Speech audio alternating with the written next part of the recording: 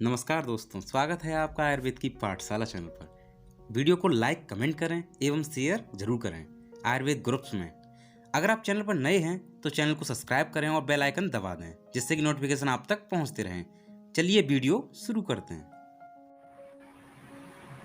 Hi friends, welcome to another live session of Herbal Hits.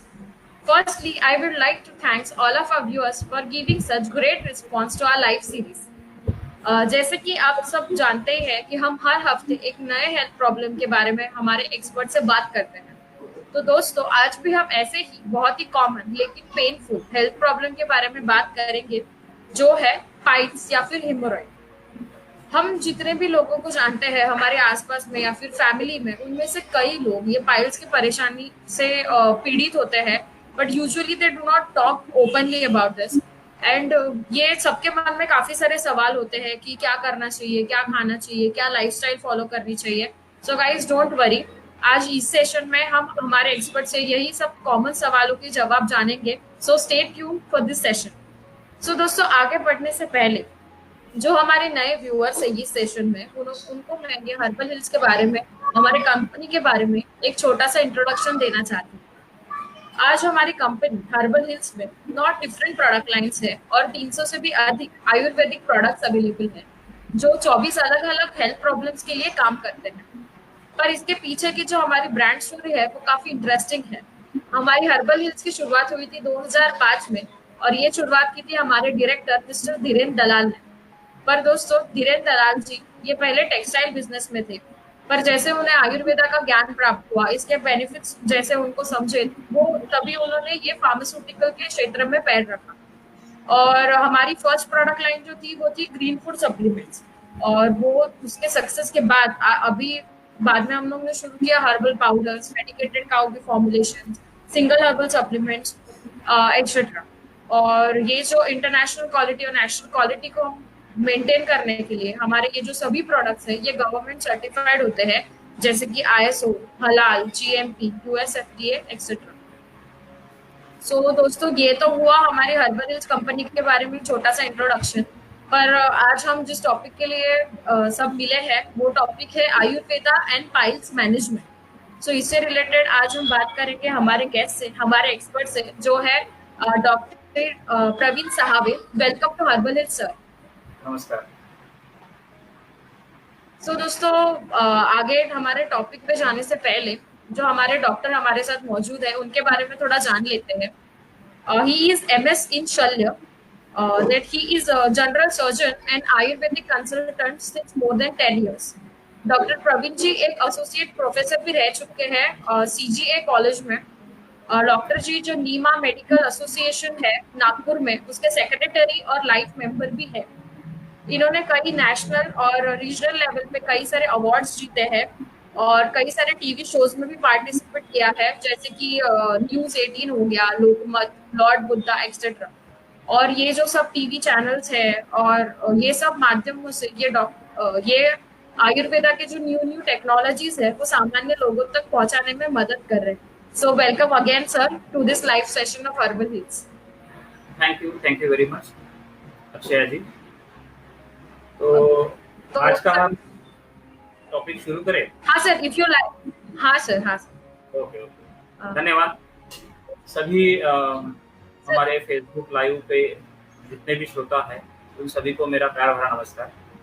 और आज का जो हमारा टॉपिक है, आपने पहले पढ़ ही लिया है कि Ayurveda and piles management. Piles यानी आयुर्वेद में पाइल्स को अर्श कहा गया है। अर्श यानी अरिवत प्राणान सुनाती हिनस्ती थे अर्श। शत्रु के समान, आरी के समान जिसमें पीड़ा होती है, ऐसी वेदना जिस व्याधि में होती है उसको अर्श या पाइल्स कहा जाता है। पाइल्स जिसको होता है वही वो वेदना समझ सकता है, क्योंकि एक मराठी में मन है कि जावे त्याच्या वंशा तेव्हा कड़े। जिस बीमारी को, पाइल्स जैसी बीमारी को जो पेशेंट सफर करते हैं उन्हीं को पता होता है कि इसमें किस प्रकार की प्रॉब्लम होती है। मोस्ट ऑफ द प्रॉब्लम्स ये होती है कि कैसे बताए, कैसे इसका जांच किए, कैसे इसका इलाज किया जाए, इस सब चीज़ों के बारे में पेशेंट के मन में संभ्रमावस्था होती है।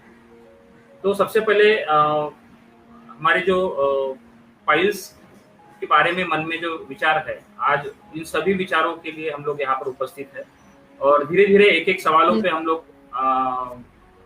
विस्तार से बातें करेंगे। सबसे पहले मैं बताना चाहूंगा कि पाइल्स यानी गुदभाग में होने वाली एक विशिष्ट प्रकार की बीमारी है, जिसमें हर एक इंडिविजुअल में नेचुरली सभी प्रकार के प्राणियों में, मानव प्राणियों में गुदभाग में विशिष्ट प्रकार की वलिया उपस्थित होती है, जिनको हेमोरॉइडल क्यूशंस कहा जाता है। तो जन्मजात ये वलिया वहां पर होती है। आयुर्वेद में उसको उसी नाम से प्रवाहनी विसर्जनी सवर्णी नाम से जाना जाता है। तो किसी भी कारणवश अगर वहां पर रक्त का संचय हो गया तो वहां पर प्रोलैप्स होकर वो गुदभाग से बाहर आते हैं और इसी को पाइल्स या बवासीर कहा जाता है। राइट। तो सर मोस्टली ये जो पाइल्स की बीमारी होती है तो उसके आपने जैसे बोले कि ये इसको पाइल्स कहा जाता है, तो ये नाउ डेज जो हमारी कल्चर चालू है या फिर जैसे भी हमारी लाइफस्टाइल है उसमें बहुत सारे लोगों में ये पाया जाता है, तो इसका कारण क्या हो सकता है? Why it is so frequent? बहुत अच्छा सवाल पूछा आपने अक्षय जी। एक्चुअली इसमें मुख्य कारण है हमारा डाइट। आज हमारा जो लाइफस्टाइल हो गया है वो भागदौड़ भरी जिंदगी हो गई हमारी, इसकी वजह से हम हमारे खाने की तरफ ध्यान नहीं दे पा रहे हैं। रात में देर से सोना, जंक फूड का खाने में ज्यादा से ज्यादा इस्तेमाल करना, इन सब चीजों की वजह से क्या होगा, हमारा डाइजेस्टिव सिस्टम वीक हो गया, हमारा अग्निमांद्य हो गया। तो आयुर्वेद में जैसे चरकाचार्य ने अग्निमांद्य यही मुख्यतः अर्श या वायु का कारण बताया गया, और यही आज के इस लाइफस्टाइल में भी हमको मिलता है। सुश्रुताचार्य ने उस समय आज से हजारों साल पहले जब पाइल्स या बवासीर या अर्श होने के जो कारण बताए थे उसमें उत्कटासन, अतिस्त्री प्रसंगा शयन, अत्यधिक उच्च सखल दरियों में प्रवास करना और विषम स्थिति में बैठना, जैसे आज हम उसका कोरिलेशंस जो लॉन्ग टर्म जर्नी करते हैं, जैसे बाइक से जो मार्केटिंग जॉब्स करते हैं, ज्यादा समय तक खड़े रहना, ज्यादा समय तक बैठे रहना, ये भी मुख्यतः पाइल्स होने के कारण है। और मोस्टली इसके पीछे हमारा खान पान काफी हद तक मायने रखता है। अगर तीखा, मिर्च मसालेदार, स्पाइसी डाइट अगर हम लेते हैं तो उसकी वजह से भी हमारा डाइट की वजह से अग्निमांद्य हो जाता है और पाइल्स जैसी समस्या निर्माण होती है।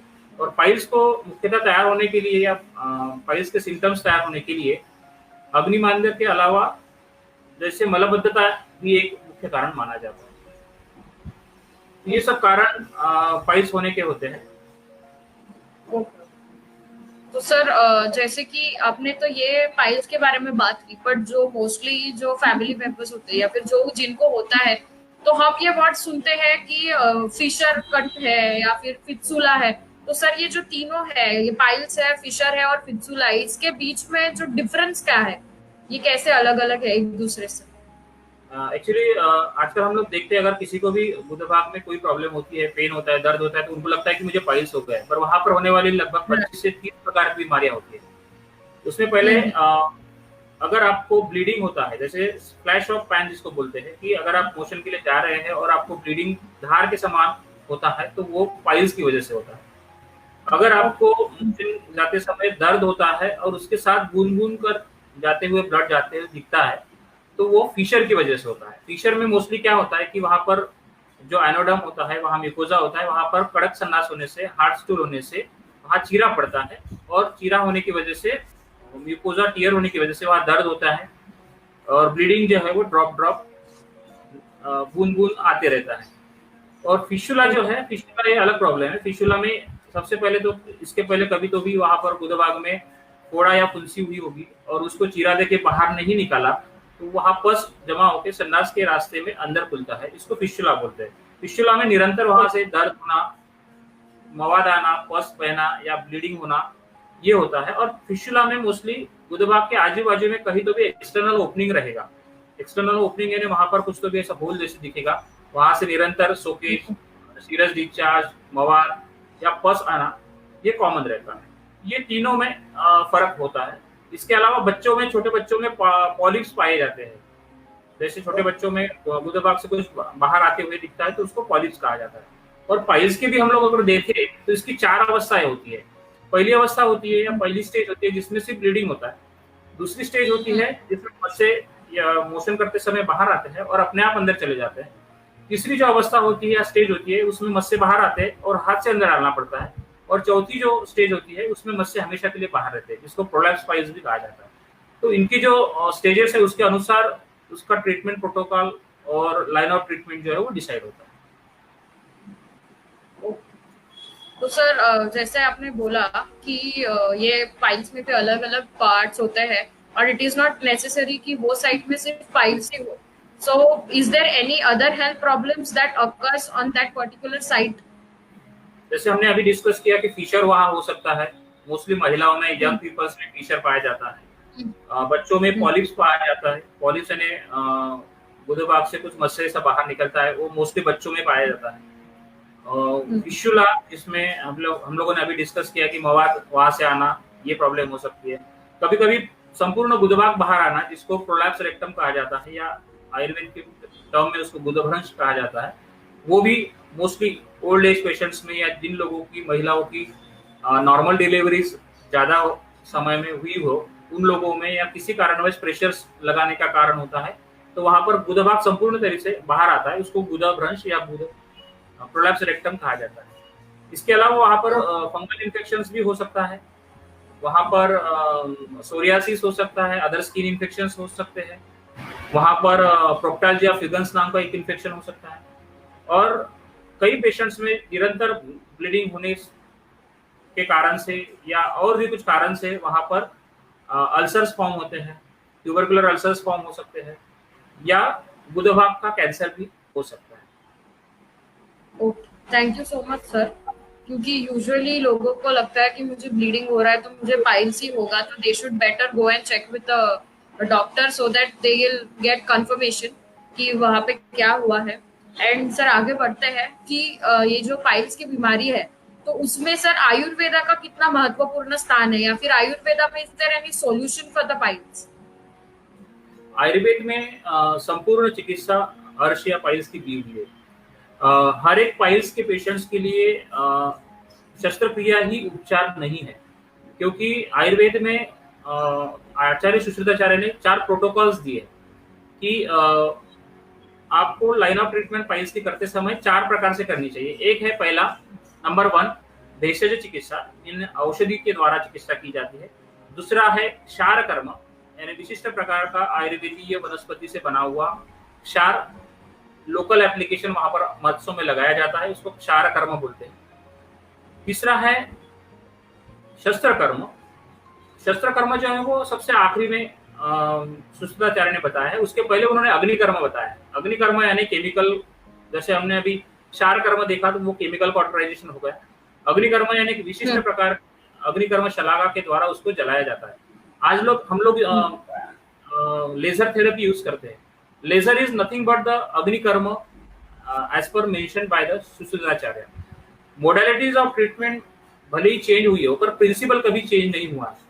आज से हजारों साल पहले सुश्रुताचार्य ने जो प्रिंसिपल बताया था अग्निकर्म का, वो भी आज सेम लेजर में फॉलो होता है। लेजर में भी हम लोग क्या करते हैं, वहां पर एब्लेशन ऑफ द वेसल्स करते हैं, एब्लेशन ऑफ द पाइलमास करते हैं। It is nothing but the agnikarma. तो ये अग्निकर्म है। और शस्त्र कर्म जो है लास्ट, अगर बहुत बड़े मत्स्य है, मांसांकुर है, तो उसको निकालने के लिए शस्त्र कर्म किया जाता है। अब आयुर्वेद और शस्त्र कर्म दोनों का जो संबंध है वो काफी अच्छा है, क्योंकि क्या होता है कि शस्त्र कर्म करने के बाद भी आपका अग्निबांध्य अगर दूर नहीं किया गया तो उसके लिए आपको आयुर्वेदिक चिकित्सा लेना बहुत अनिवार्य है। आपने सिर्फ शस्त्र कर्म कर लिया तो आपका जो पाइल्स या और प्रॉब्लम है वो ठीक हो गया, ऐसा नहीं है। आपको उसके लिए आपका डाइट मॉडिफिकेशन, आपका दिनचर्या, आपका ऋतुचर्या, आपका आहार विहार, ये सब आपको फॉलो करना है।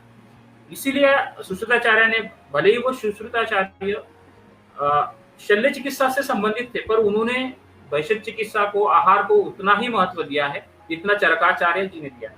क्योंकि अपना शरीर यह एक सिस्टम है, और एक वात पित्त और कफ दोषों का जो संबंध है, एक्चुअली अगर हम लोग देखेंगे तो वात दोष शरीर में अर्श जो है या पाइल्स जो है, इसकी संप्राप्ति ने, इसकी अगर पैथोफिजियोलॉजी हम देखेंगे तो इसका होने का जो कारण है उसमें ग्रंथों में बताया गया है कि पंचात्मा मारुत पित्तम कफो गुद वलित्रयम, यानी 5 प्रकार के वात की दृष्टि होती है और वो गुद भाग में जाके संचित होते हैं और इसलिए अर्श पैदा होते हैं। तो ऐसे प्रकार के बीमारियों में आचार्य चरकाचार्य ने बस्ती जैसी चिकित्सा कुछ बताई है। बस्ती का जैसे कि अभी वर्षा ऋतु चल रहा है, वर्षा ऋतु में मोस्टली क्या होता है कि वात प्रकोप होता है, और वात प्रकोप होने से ये जो परिवर्तिका की जो पेशेंट है, जिसको हम फिशर बोलते हैं, और पाइल्स की जो पेशेंट है वो बढ़ते हैं, क्योंकि शरीर में नेचुरली ऋतु के अनुसार वात का प्रकोप होता है। तो इसलिए वात दोष की चिकित्सा करना, आपका अग्निमांद्य दूर करना और स्थानिक जगह की चिकित्सा करना भी उतना ही आवश्यक होता है। तो हम लोग स्टेजेस के अनुसार उसकी चिकित्सा करते हैं। ओके, तो सर मतलब अगर कोई पेशेंट आपके पास आता है और अगर that patient do not want to go through any surgery और something like that, so is it possible कि सिर्फ आयुर्वेदा की मदद से वो पाइल्स के पेशेंट पे हम ट्रीटमेंट कर सकते हैं? बिल्कुल ठीक हो सकते हैं, और हमने देखा है कि first stage, second stage, third stage या फोर्थ स्टेज के पेशेंट्स भी आयुर्वेद की मेडिसिन से ठीक होते हैं, हमने देखे हैं। आयुर्वेद में उसके लिए अनेकविध औषधियां है, अनेकविध चिकित्सा उपक्रम है, पंचकर्म है, रक्तमोक्षण है। अगर पेशेंट थ्रोम्बोस्पाइस लेके फोर्थ स्टेज में आता है हमारे पास, तो हम लोग उनको स्थानिक को बिना कोई ऑपरेशन, बिना कोई चीरफाड़ किए, हम लोग वहां स्थानिक पाइल्स के ऊपर जलोका यानी लीच एप्लीकेशन करते हैं। लीच लगाने से वहां का थ्रोम्बोस दूर हो जाता है, वहां का एडिमा दूर हो जाता है, वहां का पेन, दर्द जो है वो भी कम हो जाता है। तो पेशेंट का जो फोर्थ स्टेज है पाइल्स का, वो थर्ड स्टेज में कन्वर्ट हो गया। बाकी जो मेडिसिन है, लोकल एप्लीकेशन है, जैसे हम लोग मरीज को बोलते हैं कि आप कुनकुने पानी में बैठ के सिकाई करो, और उसमें उदुम्बर है, पीपल है और गुलर का पेड़ है। इन 3 पेड़ के पत्तों का रस लेके उसका रस सुबह खाली पेट और सुबह शाम खाली पेट लेके, उसका जो बचा हुआ भाग रहेगा वो पानी में डाल के उससे सिकाई करेंगे तो काफी अच्छा फायदा होता है। सूजन, बाकी दर्द है या ब्लीडिंग है, वो प्रॉब्लम्स भी दूर होती है। और वैद्य की सलाह के अनुसार जैसे अबराडिस्ट है या बाकी दवाइयाँ है और पेट साफ होने वाली कुछ दवाइयाँ है, उसका हम सेवन पेशेंट्स को करने के लिए बोलते हैं। तो आयुर्वेद के माध्यम से पाइल्स के पेशेंट हमेशा के लिए ठीक हो सकते हैं। सो थैंक यू सर। पर मुझे यहाँ पे एक डाउट है कि जैसे आपने बोला कि एक बार सर्जरी कर लिया या फिर एक बार आयुर्वेदिक ट्रीटमेंट ले लिया, तो इसका मतलब ये नहीं है कि आपको आगे कुछ फॉलो नहीं करना है। तो सर क्या ये एक बार ट्रीटमेंट करने के बाद ये पाइल्स की प्रॉब्लम फिर से आ सकती है any time in the life? मतलब कि अभी मैंने आज कर लिया, अभी मेरा पाइल्स ठीक हो गया, पर कई सालों के बाद मुझे वापस आ सकता है क्या? रिकरेंस हो सकता है अगर आप अपने खान पान पे अच्छी तरह से ध्यान ना दें, आपकी ऋतुचर्या, दिनचर्या का आप रूटीन फॉलो ना करें, तो फिर से हो सकता है। पर अगर आपने शस्त्रक्रिया करने के बाद, अभी मैंने कुछ पेशेंट्स हमारे 10 साल के 12 साल के प्रैक्टिस में हमने देखा है कि बहुत सारे पेशेंट्स आधुनिक चिकित्सा करके आते हैं या शल्य चिकित्सा करके आते हैं, उसके बाद भी उनको रिकरेंस होते हुए मैंने देखा है। तो ऐसे पेशेंट्स में मोस्टली क्या होता है कि पेशेंट के मन में एक संभावना होती है कि एक बार का मैंने पाइल्स का ऑपरेशन कर लिया, अब मैं ठीक हो गया, अब मैं कुछ भी खा सकता हूँ और कैसे भी दिनचर्या नहीं फॉलो किया तो भी चलेगा। पर ऐसा नहीं है, क्योंकि आहार विहार का उतना ही इंपॉर्टेंस है जितना कि शस्त्रक्रिया का है। क्योंकि आपके अग्निमांद्य की चिकित्सा करना, आपके कॉन्स्टिपेशन की चिकित्सा करना, आपके स्थानिक दोष की जो चिकित्सा करना, जैसे कि शस्त्रक्रिया आपने कर लिया, पर आपके सार्वजनिक शरीर में जितने दोष प्रकोपित हुए हैं उसकी भी चिकित्सा करना उतना ही आवश्यक है। अगर हम रिकरेंस होना नहीं चाहते तो सबसे पहले आपको आयुर्वेद, ऋतुचर्या, दिनचर्या और आपका जो हेल्थ सिस्टम है उसको सुधारने की आवश्यकता है। सर मोस्टली ऐसे देखा जाता है कि when any women is pregnant, अगर प्रेगनेंसी के दौरान बोलते हैं कि ये पाइल्स की प्रॉब्लम वुमेन को हो सकती है, तो सर इसका रीजन क्या है? और अगर इसको मतलब एक अगर फॉलो करना है कोई लाइफस्टाइल की ये ना हो ये प्रेगनेंसी के दौरान, तो हमें क्या करना चाहिए? मोस्टली महिलाओं में प्रेगनेंसी के समय पाइल्स होने के मुख्यतः कारण है कि इंक्रीज लेवल ऑफ प्रोजेस्टेरॉन, गर्भाशय का वजन बढ़ने से गुदभाग की वलियों पर प्रेशर आता है, वो एक कारण होता है। और प्रेगनेंसी के दौरान आयरन का सेवन करने से उससे विबंध और कॉन्स्टिपेशन होता है। ये सब कारण महिलाओं में प्रेगनेंसी के दौरान पाइल्स होने के होते हैं। अब इसकी चिकित्सा जो है मोस्टली हम लोग मेडिसिन के द्वारा और बस्ती चिकित्सा के द्वारा इसका इलाज करते हैं। इसलिए आज से हजारों साल पहले चरकाचार्य जी ने, सुश्रुताचार्य ने आयुर्वेदीय दिनचर्या, ऋतुचर्या के अलावा गर्भिणी चर्या भी बताई गई है, जैसे कि 9 माह तक गर्भिणी ने क्या क्या सेवन करना चाहिए। इसमें अगर हम लोग ध्यान से देखेंगे तो मैक्सिमम घी, दही, दूध ऐसे स्निग्ध पदार्थ बताए गए हैं ताकि पूरे 9 माह तक उनको कॉन्स्टिपेशन ना हो, विबंध ना हो और शरीर में वात दोष का प्रकोप ना हो। और इसी के लिए जो बस्ती चिकित्सा है वो चरकाचार्य जी ने और सुशीलाचार्य जी ने बताया है। तो हम लोग पूरे 9 माह तक अगर उपचार करना है तो आयुर्वेदिक औषधि से गर्भिणी में उपचार करते हैं। और फर्स्ट और थर्ड ट्राइमेस्टर छोड़कर सेकंड ट्राइमेस्टर में किसी पेशेंट्स में हम लोग लेजर जैसे अग्निकर्म चिकित्सा है या बाकी और शस्त्र चिकित्सा है वो कर सकते हैं।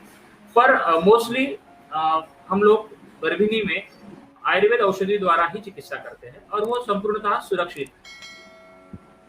ओके, तो सर ये तो हुई प्रेग्नेंट वुमेन की बात, पर अगर नॉर्मल कोई है जो हेल्दी पेशेंट है या फिर जो पाइल्स से अभी गुजर रहा है, तो उनकी लाइफस्टाइल क्या होनी चाहिए? उनको दिन में क्या खाना चाहिए या फिर कुछ एक्सरसाइज है, क्या करना चाहिए? तो वो सर लाइफस्टाइल बताइए, दिन की दिनचर्या कैसी होनी चाहिए?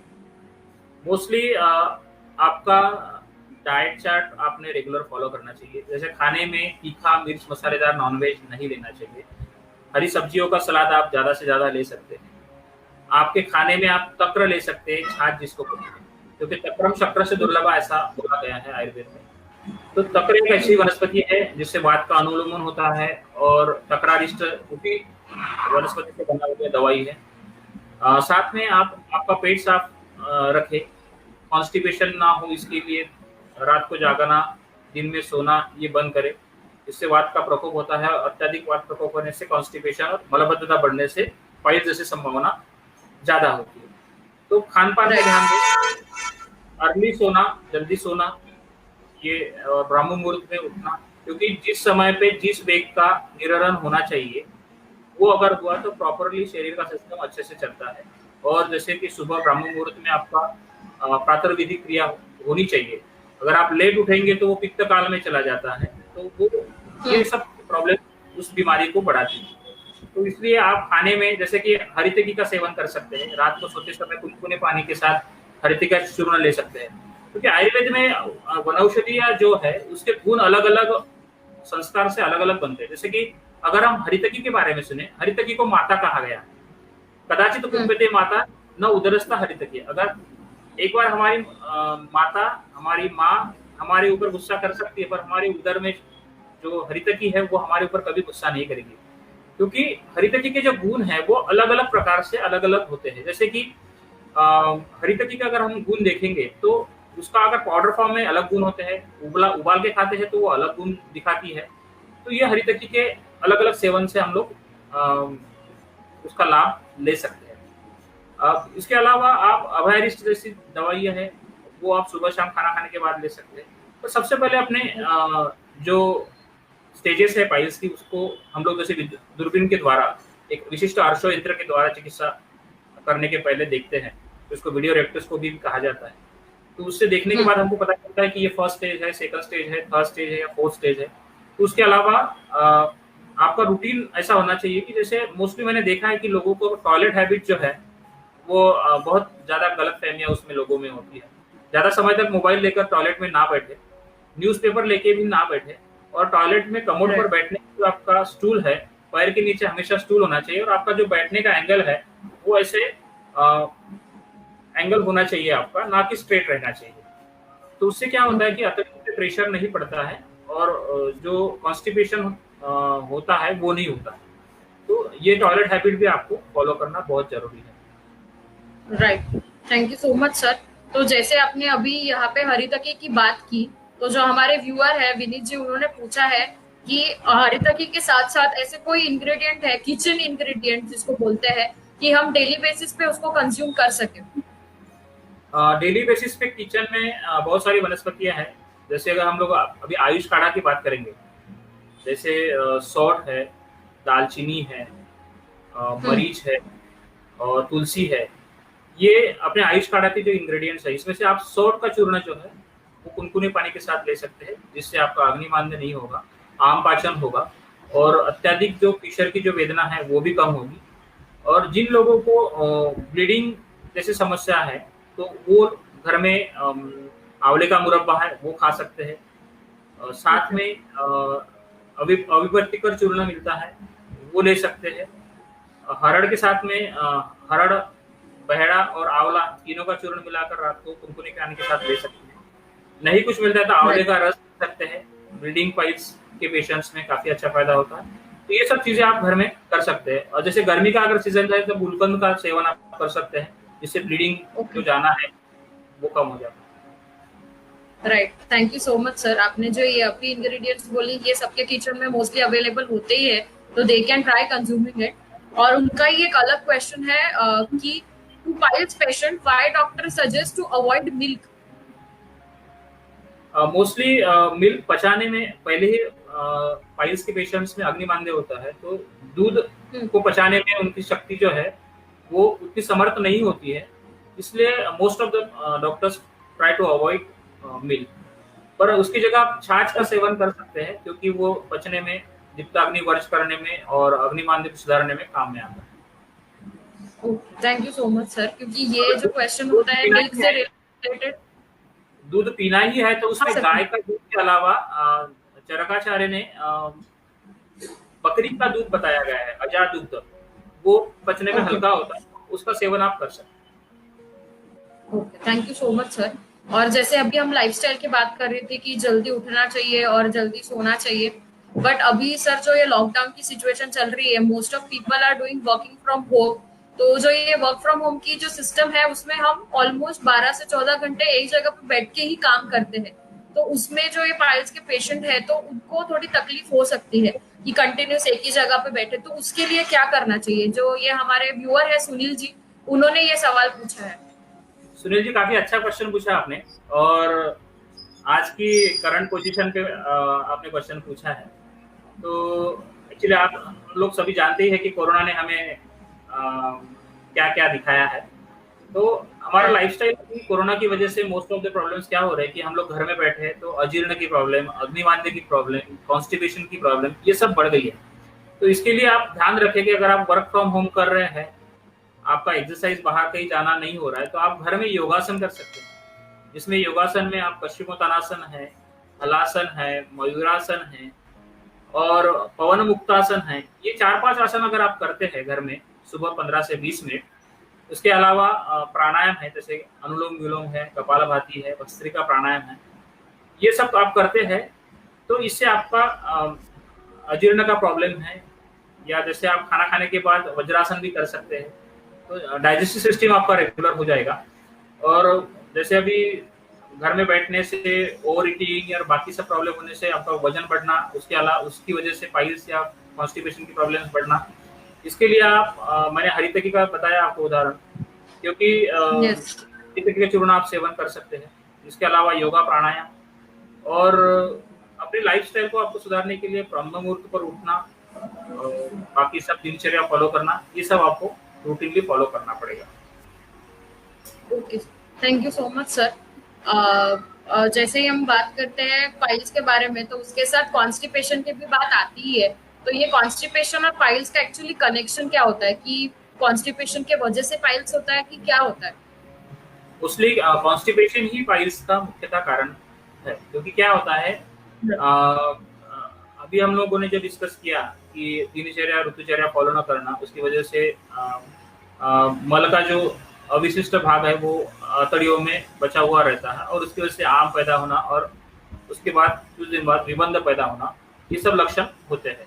और इसकी वजह से क्या होता है कि अगर स्टूल जो है वो सॉफ्टली अगर निकल जाएगा मोशन करते समय, तो वहां पर ना पेन होगा, ना दर्द होगा, ना कुछ होगा। क्योंकि मोस्टली पाइल्स में क्या होता है कि वहां जो नेचुरली 3 हेमोरॉइडल कुशन सिचुएटेड होते हैं 3, 7 और 11 ब्लॉक पर, तो वहां पर वो कुशंस को अगर किसी कारणवश बार बार फ्रिक्शन हुआ, तो वो नेचुरली ही डिसेंड होता है नीचे, और उसकी वजह से पाइल्स तैयार होता है।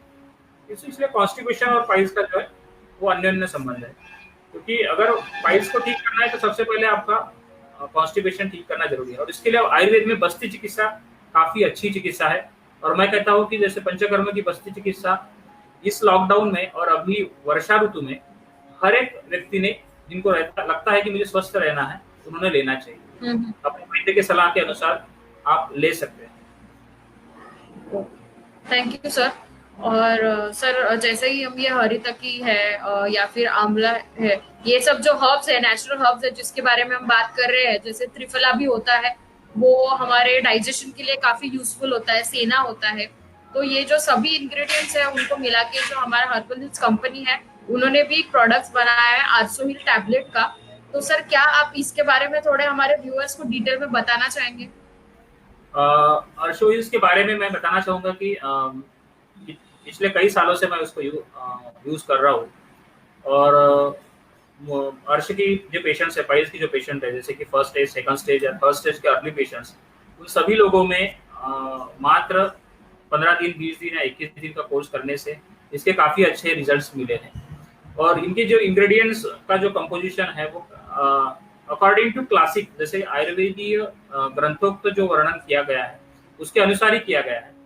और मेन मैं कहना चाहूंगा कि जैसे कुछ हर्ब्स मैंने देखे हैं कि गिर गाय का घी आप लोग यूज करते हैं आपका हर्बल हिल्स कंपनी, तो गाय का श्रेष्ठ घी औषधि में यूज करना, क्योंकि आयुर्वेद में अगर हम देखेंगे ना तो दीपन चिकित्सा में घृत का, गाय के घी का वर्णन किया गया है, उससे अर्थ की चिकित्सा में, निबंध की चिकित्सा में। तो ऐसे समय में घी की जो मात्रा है वो अगर नेचुरली अगर कैप्सूल फॉर्म में औषधियों के साथ हो तो उसके रिजल्ट्स जो है वो अच्छे आते हैं और परिणाम जो है वो तुरंत मिलते हैं। तो मैं कहना चाहूंगा कि आरशो हिल्स के जो रिजल्ट्स है आरशो हर्ब्स के, वो काफी अच्छे मिले हैं। और इसके जो इंग्रेडिएंट्स है इससे मैं काफी प्रभावित हूँ। Thank you so much sir. आपने जो हमारे ये व्यूअर्स के कॉमन सवाल थे उनके ऊपर इतने आसान तरीके में जवाब दिया है, और हम आई एम वेरी श्योर कि हमारे जितने भी व्यूअर्स के क्वेश्चंस है they are very satisfied with the answer. और आपने जैसे बोला है लाइफस्टाइल फॉलो करने के लिए, they will surely follow it और उनको अच्छे बेनिफिट्स मिलेंगे इससे। So thank you so much for giving us time and coming to this live session. Thank you so much sir. Thank you very much. अच्छा जी, आपने मुझे मौका दिया और इतने सारे व्यूअर्स के सामने आने का, और इस लॉकडाउन में उनसे कुछ आयुर्वेद की बातें करने का, और आयुर्वेद मंथन की श्रृंखला को हम लोग आगे भी जारी रखेंगे। तब तक के लिए मुझे इजाजत दीजिए। धन्यवाद। थैंक यू सो मच जितने भी हमारे व्यूअर्स थे कि हमारे ये हेल्थ टॉपिक के बारे में अच्छे से सुनने के लिए और हमें इतना अच्छा रिस्पांस देने के लिए। We are very thankful to all of the viewers. Thank you. नमस्कार।